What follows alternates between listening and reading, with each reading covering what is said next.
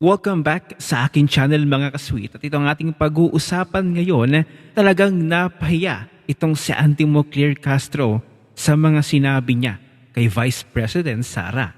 Hindi nga kasi matanggap ni Antimocler Castro ang sinabi ni Vice President Sara kamakailan lang na napakadaling magpadala ng eroplano sa ating mga kababayang OFW na naipit doon sa Middle East. May sinabi ni Antimocler Castro na wala daw pinag-aralan nitong si VP Sara, hindi daw nag-iisip para daw makapagsabi ng ganong bagay na napakadali daw magpadala ng eroplano sa ibang bansa. Sabi pa ni Antimocler Castro ay para daw makahatak ng maraming views si Vice President Sara. Kaya daw niya yun sinasabi.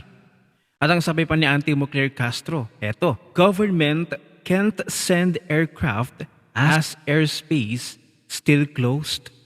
Wow! Kung ating titingnan ang iba't ibang bansa, gaya na lamang nitong China.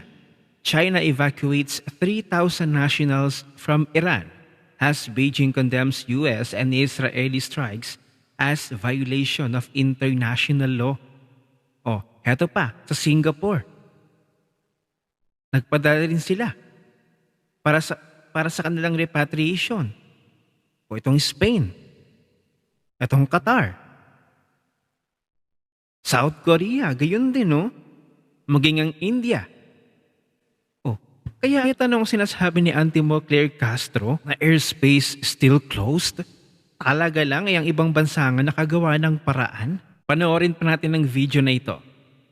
Puro talaga dahilan itong gobyerno na to. Sabi ni Chucky, Palas to VP Sara, government can send aircraft as airspace still closed.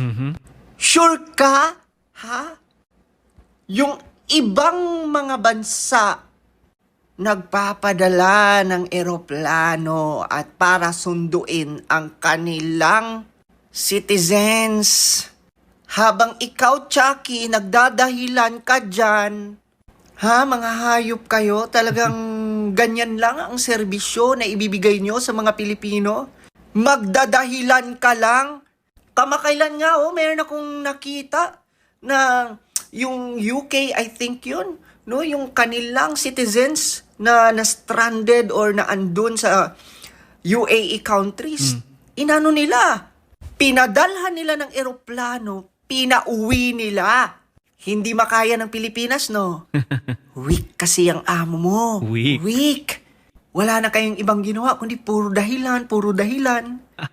Weak nga naman.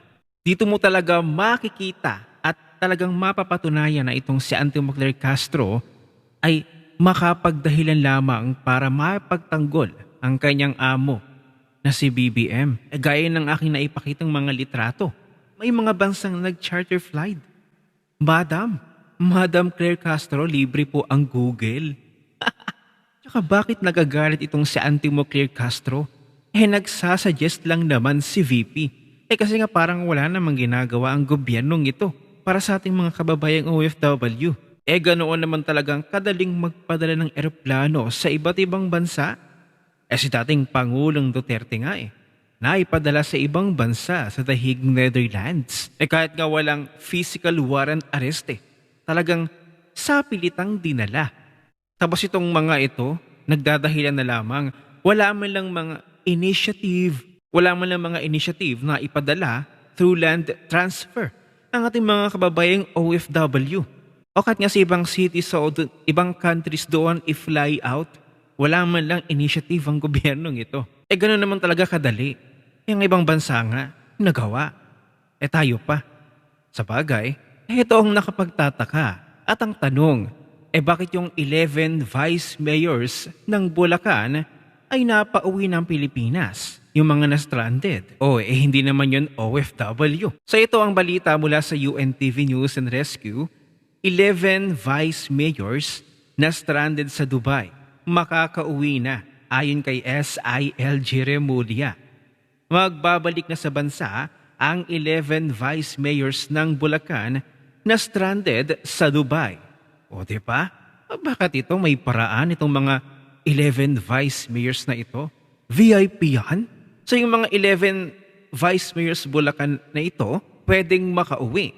Pero bakit pagdating sa ating mga kababayang OFW na sinasuggest ni Vice President Sara, ay nagagalit tong si Antimo Claire Castro. So, kapag OFW, hindi pwede. Kapag mga vice mayors na kaalyado ng administrasyong ito, ay pwede. Pwedeng sunduin. Ganoon ba? Abay parang hindi yata nagkakaintindihan ng gobyernong ito. Parang nagkakasalalabit yung kanilang mga sinasabi. Parang, wala ba kayong GC? Bakit parang ganoon? Parang lahat na lamang ng pwedeng i-excuse, idahilan, ay gagawin ng gobyernong ito. Pero ang katotohanan na wala ng pera, wala ng pondo ang gobyernong ito, hindi talaga may pagkakaila. At speaking ng kayang gawin ng gobyernong ito, abay, nagbigay si BBM ng free call. Free call lang ang kayang gawin ng gobyernong ito? Panoorin natin to. Basahin natin mga lods. Free calls for OFWs in Middle East now available, says Marcos. Free call. Mr. President, Free call. hindi na po free calls ngayon kasi naka-messenger na. Naka-messenger na at naka-Facebook na po ang mga kababayan natin. Grabe, no? Ang kailangan ng mga kababayan natin, Mr. President, eroplano, plane ticket, at saka financial ayuda.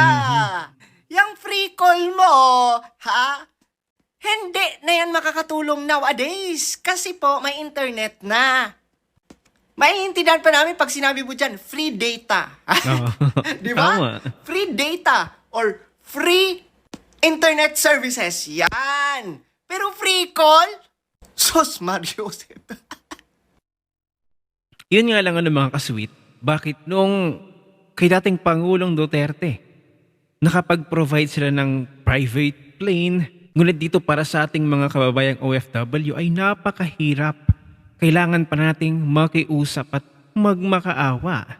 Samantalang ang laki na ambag nila sa Pilipinas. So nga, ang inuna ni Mr. President ay ang pagpunta sa New York. Pakikipag-meeting sa United Nations, chuchu, para itigil ang putukan, kuno. Diyos ko po, parang napakataas at napaka-well-known ni BBM para siya pakinggan. Ano yun? Pag nagpunta si BBM doon sa United Nations, makiusap na huwag na itigil ang putukan, may chance ba? Parang si BBM ang magiging hero ng mga Pilipino? Ganun ba ang dapat? Sino ka? O baka naman ayaw niyong pauwi ng mga OFW para tuloy-tuloy pa rin ng remittance? Para tuloy pa rin ang mag-benefit sa Pilipinas? Diyos ko, maawa naman kayo sa mga Pilipino, sa ating mga kababayan. So yun na nga mga kasweet, ano ang masasabi ninyo sa free calls daw ng administrasyong ito para sa ating mga kababayang OFW? Gagana pa ba yan? Free calls? Ang kailangan ng tao ngayon ay tulong, financial assistance. Ayun nga, sa ilang embahada ng Pilipinas ay wala na daw pondo ang gobyernong ito. Ay naku, lagot tayo. Paano ng ating mga kababayang OFW? Yung palagay, napakadali nga ba na magpadala ng eroplano para sa ating mga kababayan na OFW para sila ay ma-rescue? Ang ibang bansa nga, di ba? Gaya ng balita ng aking ibinalita kanina. Ang ibang bansa nakagawa ng paraan. Tayo, makakagawa kaya? Ano ang inyong opinion? Aba, i-comment mo na dyan sa comment section at magkita-kita ulit tayo.